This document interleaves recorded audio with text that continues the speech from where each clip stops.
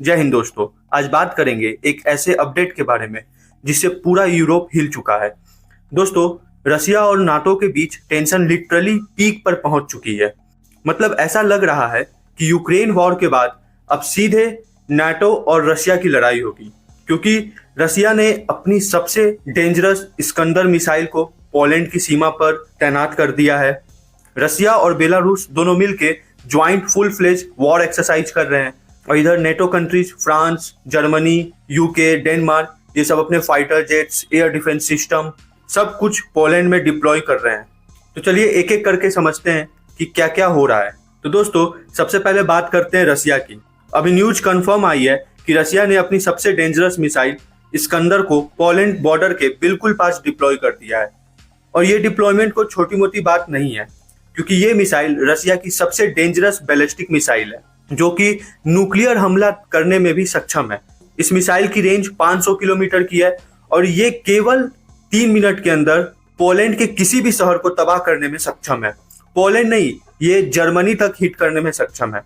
अब इस मिसाइल की डिप्लॉयमेंट पोलैंड के बॉर्डर पर की गई है, इस बात से पूरी दुनिया हैरान है।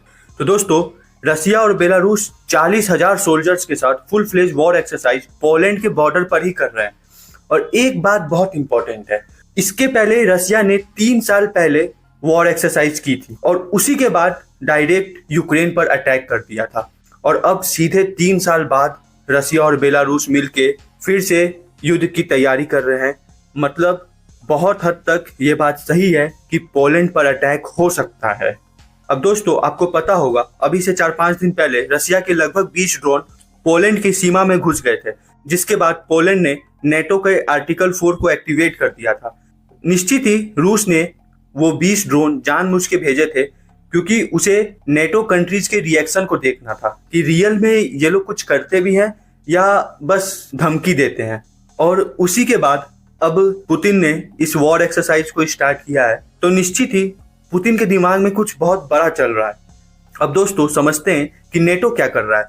तो रसिया के इस स्टेप के बाद नेटो ने एक नया मिशन लॉन्च किया है जिसका नाम है ईस्टर्न सेंट्री। ये बेसिकली ईस्टर्न यूरोप की डिफेंस स्ट्रेंथ करने के लिए है, स्पेशली पोलैंड और बाल्टिक स्टेट्स के लिए है। इसके अंदर फ्रांस ने अपने राफेल जेट्स पोलैंड के एयर स्पेस को प्रोटेक्ट करने के लिए भेजे हैं। डेनमार्क अपने F-16 जेट्स और एक एंटी एयर फ्रिगेट कंट्रीब्यूट कर रहा है। जर्मनी भी पोलैंड को अपने यूरो फाइटर जेट्स भेज रहा है। मतलब नेटो क्लियर मैसेज दे रहा है, भाई हम सिर्फ देख नहीं रहे हैं, हम भी रेडी हैं, क्योंकि पोलैंड ही ईस्टर्न यूरोप का फर्स्ट गेट है। अगर रसिया इसमें घुस गया तो समझ जाइए कि बाकी सारे कंट्रीज अनसेफ हो जाएंगे। इसलिए अमेरिका साथ दे या नहीं दे, लेकिन यूरोपियन कंट्रीज खुल करके युद्ध में आ जाएंगे अगर पोलैंड पे अटैक हुआ। ये बात पुतिन को भी पता है, और पोलैंड ने खुद भी अपने बॉर्डर पर एक्स्ट्रा ट्रूप्स तैनात कर दिए हैं ताकि बेलारूस से जो एक्सरसाइज हो रही है उसको डायरेक्टली मॉनिटरिंग कर सके। अब दोस्तों, अगर रसिया ने कोई भी अटैक पोलैंड पर किया तो ये निश्चित है कि नेटो का आर्टिकल 5 एक्टिवेट हो जाएगा और उसके बाद निश्चित ही वर्ल्ड वॉर 3 स्टार्ट हो जाएगी।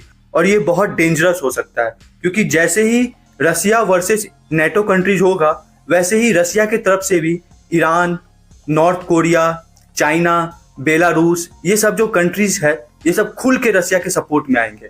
और चाइना भी इसी चीज का इंतजार कर रहा है। चाइना चाहता है कि एक बार रसिया वर्सेस नेटो हो जाए, क्योंकि एक बार रसिया वर्सेस नेटो कंट्रीज में युद्ध होगा तो अमेरिका उसमें उलझ जाएगा और इसी बीच चाइना को भी मौका मिल जाएगा कि वो ताइवान पर कब्जा कर ले। तो दोस्तों, अभी ग्राउंड रियलिटी ये है कि एक तरफ रसिया अपने इस्कंदर मिसाइल बॉर्डर पर रख के दिखाना चाह रहा है कि वो नेटो से बिल्कुल नहीं डरता, और दूसरी तरफ नेटो भी खामोश नहीं बैठा है। जेट्स, ट्रूप्स और फुल रेडीनेस के साथ पोलैंड के सपोर्ट में खड़ा है। अब जो सबसे बड़ा सवाल है वो ये है कि क्या रसिया रियली पोलैंड पर कोई एक्शन लेगा? अगर हाँ, तो फिर इसका मतलब होगा नेटो और रसिया में डायरेक्ट युद्ध, और वहां से सिचुएशन एस्केलेट होके वर्ल्ड वॉर 3 तक जा सकती है।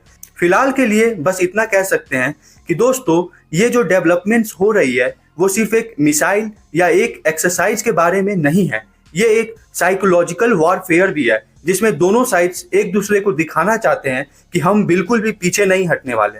तो दोस्तों, आपको क्या लगता है, रसिया का ये मूव सिर्फ एक धमकी है या सच में पोलैंड के अगेंस्ट कुछ बड़ा प्लान बन रहा है? कमेंट में जरूर बताइएगा। डिस्कशन करते हैं और हमारे चैनल को सब्सक्राइब जरूर करिएगा। जय हिंद।